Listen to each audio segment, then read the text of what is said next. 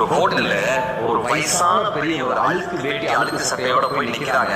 அந்த சர்வரை பார்த்து கேட்கிறாங்க, எப்பா சாப்பாடு இருக்காரு? அப்படியே ஏளனமா பார்த்துட்டு, கையில காசு இருக்கா?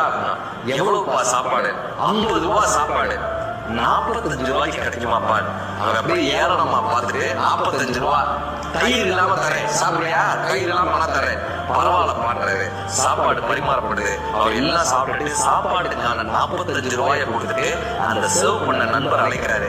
அவர்கிட்ட ஒரு 5 ரூபாயை கொடுக்குறாங்க. நெகிழ்ந்து போய் ஒரு குற்ற உணர்வோடு கேட்கிறான், தாத்தா உங்ககிட்ட தான் 50 ரூபாய் இருந்துச்சு, அப்புறம் ஏன் காசு இல்லைன்னு சொன்னீங்க? அப்படியே 45 ரூபாய்க்கு சாப்பாடு கிடைக்குமான்னு கேட்டீங்க. இப்ப அந்த பெரியவர் சிரிச்சுக்கிட்டே சொன்னாரு, 45 ரூபாய்க்கு நான் சாப்பிடுவேன்ப்பா, ஆனா உனக்கு கொடுக்கறதுக்கு ஏதாவது வேணுமேப்பா, அதுக்காக தான் இந்த 5 ரூபாயை மிச்சப்படுத்தி உனக்கு கொடுக்கறதுக்காக கேட்டேப்பா. தயிர் எனக்கு முக்கியம் இல்ல, உன் முகத்துல பார்க்கக்கூடிய அந்த சிரிப்பு தான் எனக்கு முக்கியம், இந்த 5 ரூபாயை வச்சுக்கப்பான்னு கொடுத்துட்டு போகலாம். இவருக்கு உணவை பரிமாறினார்.